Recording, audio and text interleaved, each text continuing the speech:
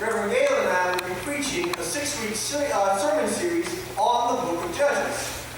At this point, you may be scratching your head and saying, wait a minute, we're talking about resurrection, so why are we going back to the Old Testament, to the book of Judges? And if you know anything about the book of Judges, you might be really perplexed, because if you've read it, you know it's a little bit, to say that the book of Judges is a little rough around the edges would be generous. The book of Judges is rough around the edges, and the middle, and the underside. It's a grim book. If you want to get a sense of what the book of Judges is about, let me kind of give you just if you don't know where it fits, I'm going to give you a broad sense. This comes after the Israelites had escaped slavery in Egypt. And it comes after, under Joshua's leadership, the Israelites have conquered the land of Canaan, right? So they've come into the land that's been promised. But there's no kingdom as of yet. There's no government that's established. So they're there, they're living there, and they're just trying to make their way kind of on this rugged frontier, this desert area, and things get rough and ugly. So if you're trying to figure out what it looks like, you need to imagine those old Western movies, right? And I'm not talking about the John Wayne ones from the 40s when it was like, the guy came whistling and it made you think, boy, this would be a great time to be alive. I'm talking about, you ever seen those Clint Eastwood ones from the 60s? When you're like, boy, this was an ugly time, and people were ugly, and things were ugly, and I'm glad that was what the book of Judges was like, right? It was rough, and things were rough, and violence was all around them. And so you may be asking yourself, why are we reading such a grim book during the season of resurrection? Well, this is why. If you look at the resurrection appearances of Jesus, we see right away that the promise of resurrection, the promise of salvation that comes through resurrection for us, is a call to lead. The promise of resurrection is a call to lead, and I'll show it to you right real quick. I want to get into our scripture for today. But if you remember Reverend Gale's sermon from last week, she talked about the call that was given to Mary Magdalene, right? And if you listen to that call, this is the first time Jesus appears after the resurrection, and it is from the beginning, right away, a call to lead. Because he says to her, go to my brothers, to your brothers, to the other disciples, tell them what you have seen, and send them to go meet me in Galilee. So in brief, he tells her, he gives her this command, go and tell them the truth, make them believe it, and then lead them where they must go. It's a call to leadership. And if you look at the other resurrection appearances, as they appear in all the Gospels and through the book of Acts, every time Christ appears, he appears to give his disciples a message of leadership, to tell them the kingdom of God has been put into your hands now, and you must go out and do God's work. It's a call to leadership. And if you're looking for examples of leadership in the Bible, you need look no further than the book of Judges. The book of Judges, through and through, is a history of people, men and women, that God called to lead. So before we get into the little passage we heard today, and kind of this introductory piece, I just want to give you a couple of notes that you need to understand if you want to understand the book of Judges. First one you're probably asking is, why Judges, right? Because if you think about Judges, right now, if I say the word judge to you, chances are you probably imagine somebody in a black robe sitting behind a bench with a gavel, right? Or saying objection and you're sustained, and you're saying, well, why these kind of people? There's a little bit of confusion in the word. In the Bible, it means something slightly different. So those judges in the ancient times, the ancient Israelite judges, they did that. People would come to them with disputes, and they would decide who was right and who was wrong. But more generally, they were people who led in times of conflict. So the conflict could be two of their neighbors coming to them, right? And saying, I believe this sheep is mine. And the other guy says, I believe this sheep is mine. And the judge has to make a decision. But the conflict also could be a foreign empire has come in to try and conquer our people, and what are we going to do about it? Judges were people who led through conflict, who resolved conflict by whatever means that God told them to do it.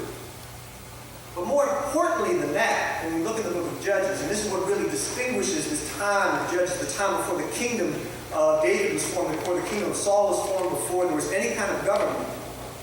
The judges were people who were called to lead for a purpose and for a time. The judges were people who were called to lead for a purpose and for a time. There was a problem, a crisis, an opportunity, and God called someone and said, you must lead the people through this. And you'll see that they lead with a sense of purpose. They have a job and a mission to accomplish. And when that mission is done, they say, I'm handing it over to someone else. It's time for someone else to take over and lead. So for them, leadership was a job. It wasn't about their identity. They didn't say, I am a leader. They said, I am a person who God has called to lead right now. nature of leadership in the book of Judges is that it was about the mission and not the man or the woman who was doing it. You understand me? And this is distinguished from what comes later that we see in the book of 1st and 2nd Samuel when there were kings, right? So what happens after a while is the people get tired of this. They don't want to have somebody popping up here and there to lead them through a time of crisis.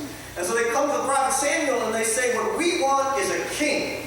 Someone who is identified as a leader for life. That's who they are. That's just what they do. That's who they are.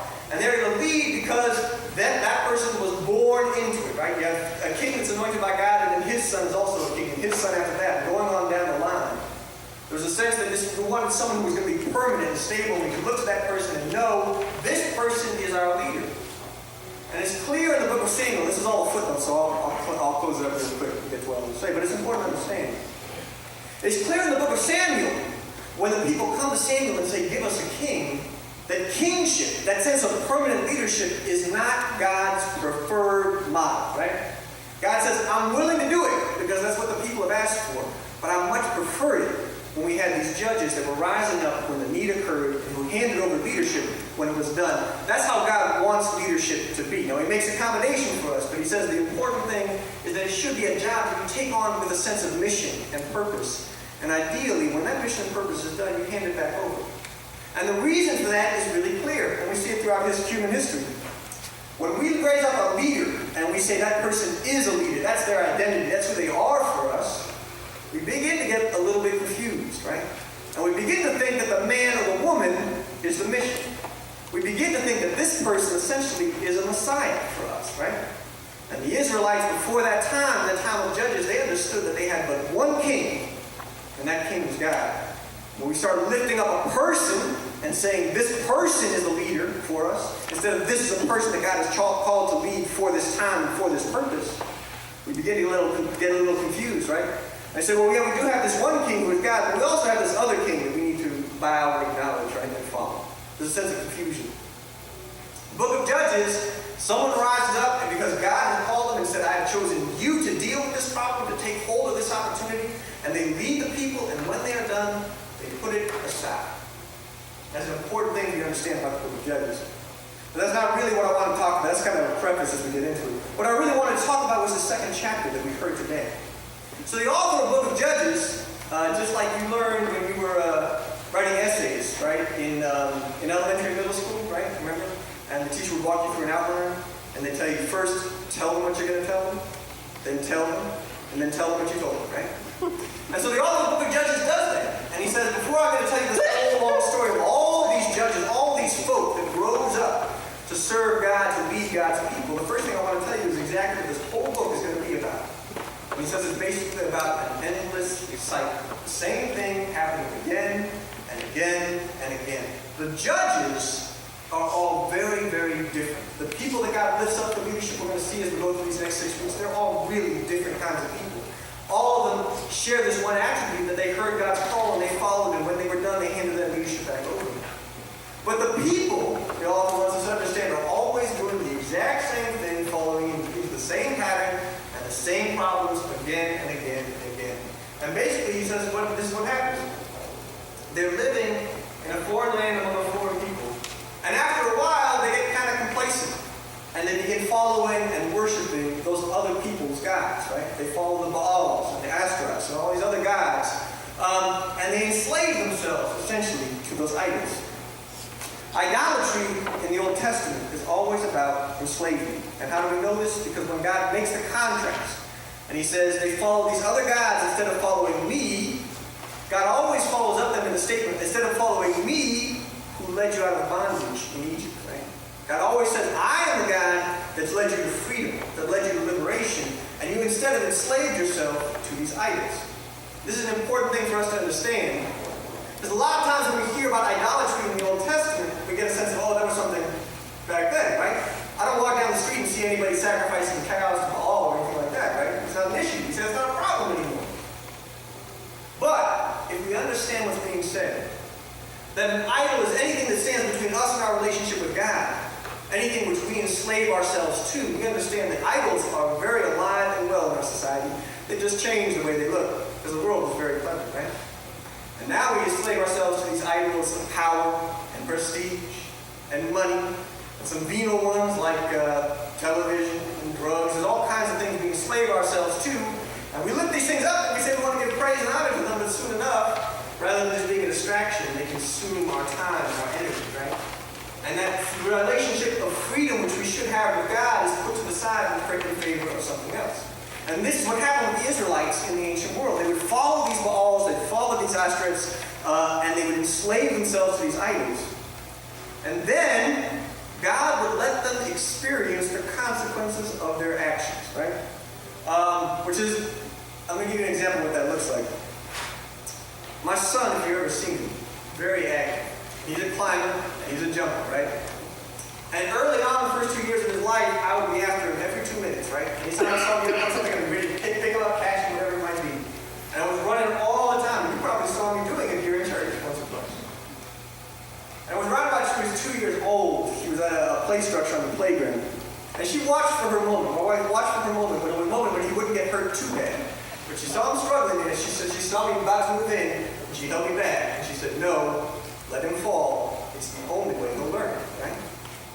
And God acts the same way with us. Sometimes we fall into sin, and there are consequences on the other end. And rather than save us from those consequences, God will let us experience them so that we can learn a lesson. So the people enslaved themselves to these foreign idols, and so God let them be enslaved. These foreign powers would come over them and press hard on them, right? And let them experience the consequences of those actions. And then the people would cry out. The author tells us that every time the people would cry out to God in their distress, they say, God, save us. And because they had turned back to God, right? Because they had put aside these idols and said, we remember that there was a God who saved us in times of trouble, who led us towards freedom. Let's go back to that God instead of these ones that have shackled us. God would hear their cry. And God would raise up for them a judge, a leader who would hear God's call and say, let's get through this together. And then we're told that at first the people wouldn't listen to them, right? But eventually, when they understood the need, they'd get behind that person. Right? That man or that woman, that person would lead them into freedom again. And things would be good for a little while, right? And then that judge would die. And the people would go right back to what they were doing before, and the cycle would start again, right? And again, if you think about those old Western movies, my grandfather was big into the Clint Eastwood movies, and I hated them when I was a kid. They made me watch them. But you notice that every time, the story, basically, the plot every single time is the same. The town's in trouble, the stranger shows up, saves the day, and then leaves, and you kind of get the sense you're watching them a couple minutes later, same thing happens again, right? This is the story of the book of Judges. And it teaches us, one, about the importance of leadership, and second, about the dangers of waiting for it, right? Because that will always happen every time that they fall, into trouble and enslavement. They say, we need somebody to come and save us. We need another leader, right? And they'd be waiting and waiting and waiting through all this time in trouble. Every time that the leader was gone, they just went back into their old habits. And just as we were talking about the idols, we can see that that pattern, that cycle, is one that is very prevalent and real in our lives today, right? Because again and again, we're asking ourselves when we see these times of trouble, who's going to be the person who stands up to lead us through these times of trouble? And for a while, under that person's leadership, we might do okay. And then they're gone, right? And we go right back to the way things were before. How many of you have ever been to Memphis? Yeah. How many of you have been to the Civil Rights Museum? It's an incredible museum. But I would say, on reflection, it didn't occur to me, actually, just as I was writing the sermon, that it has a very serious flaw. And here's the flaw. The museum is situated in the hotel, or what used to be the hotel, where Martin Luther King Jr. was shot, right? And so you go through the museum, and it's like a linear path. You walk along, and it takes you from the beginning of the Civil Rights Movement on to the end. And then it ends in the room where he was shot. Right? It ends in that room, and everything is exactly as it was, and it walks you through, like, hour by hour, minute by minute, what happened on that last day of time. And then you leave the museum, right? And it gives you the sense, okay, here was this thing that we were doing together, trying to get closer to the kingdom of God, and we had a leader who was guiding us along the way, and then that leader was gone and it was over. And there is a certain sense of truth when we look at the history that followed, right? We were doing pretty well, had a leader went away, and we went right back to what we were doing before. We just kind of changed the term. And it shows up not just on the national scale, it does show up on the national scale. And how often we think of ourselves, do you ever notice, you know how much higher voter turnout is in the presidential election year than on the mid election, right? Because we're always looking for that one person, right, who's going to lead us through this. And the rest of the time we're like, well, I couldn't care to bother, right? We go back to what we were doing before and get upset about how things turn out. We think about our churches, right? I have not been to a single church that can't tell you the story of the one pastor who led us through the golden times and how things have been difficult since then, right? It's a story that shows up again and again in our lives. We're always looking for that one person, right, that God has called who will lead us through this time of trouble into something better. And sometimes when God sends us that person, things do get better, and as soon as they're gone, we go right back to what we were before. So how can we break the cycle, right? Well, all through the book of Judges tells us it happens again and again and again, and it doesn't end with the book of Judges. You keep on through 1st and 2nd Samuel and 1st and 2nd Kings, it happens again and again and again. And don't we get tired, and aren't we bored with this, and don't we want something better? And how is it going to change? And here's the good news. We don't have to change it. Jesus changed it for us. We just have to open our ears and listen. Because after the resurrection, something different happens in the story of God's kingdom. Because before, it always was one man or one woman that was called and raised up for that moment, for that time, to lead God's people. But after the resurrection, something different happens. Jesus calls together the disciples and he says, you, all of you, are sent. All of you will be my leaders and my emissaries to Judea, to Galilee, to Samaria, and to the ends of the earth. I call each and every one of you to be a leader for God's kingdom. There is a purpose and a mission and a time for each of you, a place that you are meant to lead within God's kingdom.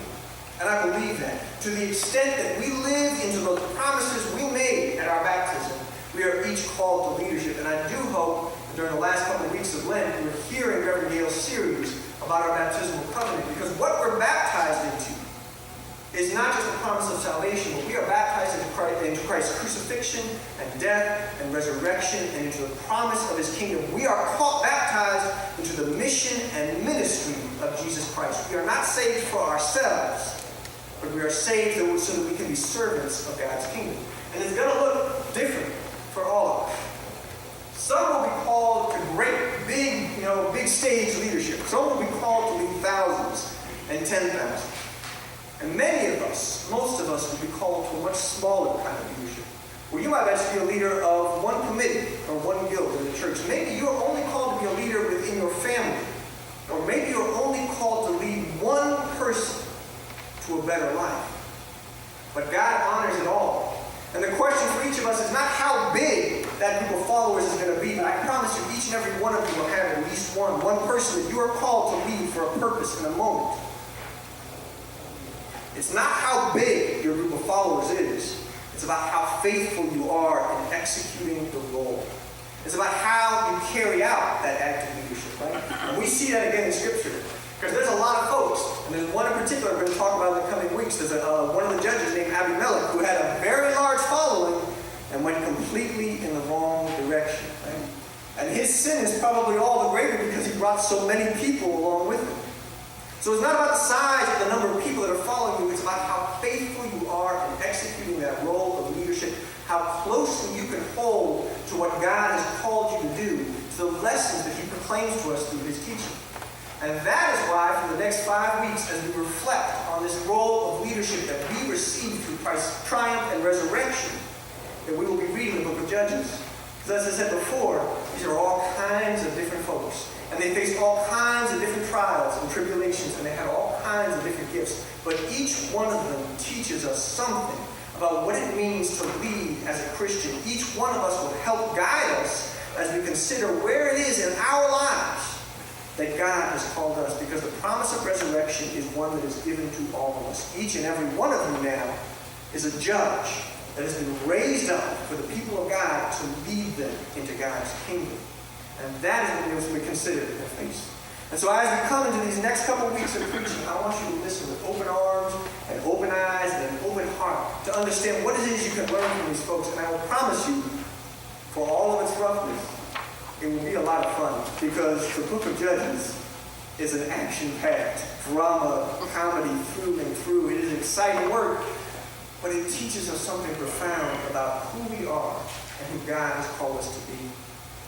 During the season of resurrection, I want you along with me to take that challenge of really hearing the call of the risen Christ, sending us each and every one as apostles, people who are sent to proclaim the good news and to lead in that space that we're given, to however many people God puts into our responsibility and care, to do it as faithfully as possible, knowing that like those first disciples, we are part of something bigger and greater than any one of us. Amen.